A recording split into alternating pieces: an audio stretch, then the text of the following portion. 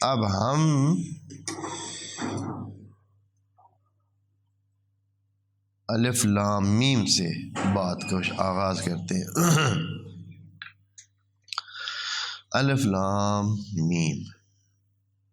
یہ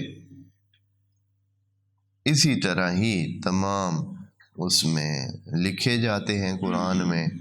ان کا نام تمام مفسرین نے مقطعات، حروف مقطعات رکھا ہے، اور ان کے معنی کے بارے میں اور یہ کیا ہے، کس لیے ہیں،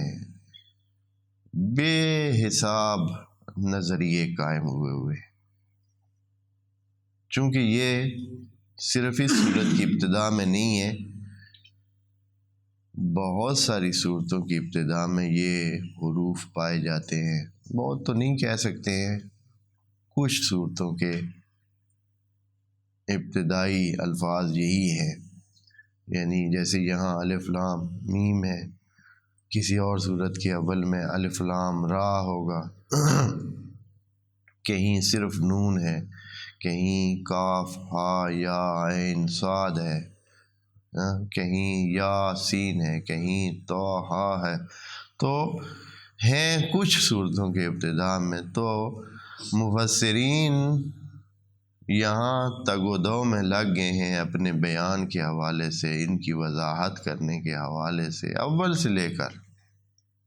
ابتدائی مفسرین جو کہ خود نبی کے زمانے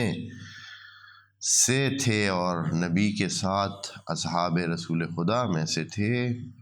اور ناقلین روایات و احادیث رسول خدا میں سے ہیں، ان سے شروع ہوا ہے یہ سلسلہ، اور آج تک جس کو جتنا سمجھ آتا ہے وہ اس کے بارے میں بیان کرنے کی کوشش کرتا ہے۔ خود رسول خدا سے بھائی اس بارے میں کوئی بات نقل ہوئی ہو کہ خود رسول خدا نے اس کی وضاحت کر دی ہو کہ بھائی یہ اس لیے ہے، دو ٹوک انداز میں کسی نے یہ بیان نہیں دیا۔ شاید کسی نے پوچھا نہیں ہے، یا اگر پوچھا ہے تو جو بات رسول خدا نے خود کہی ہے، اس طرح نقل قول رسول خدا نہیں ہے کہ قال رسول اللہ مثلا کہ یہ حروف اس مقصد کے لیے رکھے ہوئے ہیں۔ یہ جو ابھی میں انشاءاللہ عرض کرتا ہوں کہ یہاں بہت سارے جتنے ابھی ہو سکے اس درس میں عرض کرتے ہیں، جو نظریات بیان کیے گئے ہیں کہ بھئی یہ کس لیے